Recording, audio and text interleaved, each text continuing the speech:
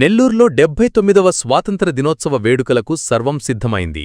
శుక్రవారం police parade మైదానంలో జరగనున్న స్వాతంత్ర దినోత్సవ వేడుకలకు జిల్లా యంత్రాంగం అన్ని ఏర్పాట్లు పూర్తిచేసింది.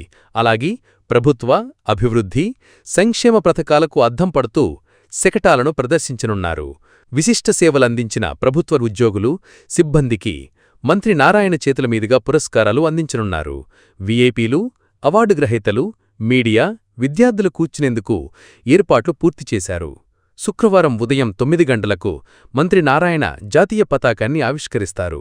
అనంతరం పోలీసుల గౌరవ వందనం స్వీకరిస్తారు. అనంతరం ప్రజలనుద్దేశించి ప్రసంగిస్తారు. తదుపరి విద్యార్థులు సాంస్కృతిక ప్రదర్శనను నిర్వహిస్తారు. స్వాతంత్ర దినోత్సవాన్ని పురస్కరించుకుని నగరంలోని కలెక్టరేట్తో పాటు పలు ప్రభుత్వ కార్యాలయాలను విద్యుత్ దీపాలతో అందంగా ముస్తాబు చేశారు. పోలీస్ పరేడ్ మైదానంలో ఏర్పాట్లు ఎప్పటికప్పుడు జాయింట్ కలెక్టర్ కార్తీక్ పర్యవేక్షించి అధికారులకు పలు సూచనలు చేశారు. విద్యుత్ శాఖ, అగ్నిమాపక శాఖల అధికారులు అన్ని ముందస్తు చర్యలు చేపట్టారు. నగరపాలక సంస్థ ఆధ్వర్యంలో తాగునీరు, శానిటేషన్, మరుగుదొడ్లు ఏర్పాట్లను పూర్తిచేశారు.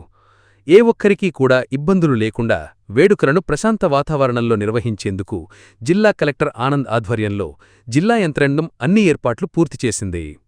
మన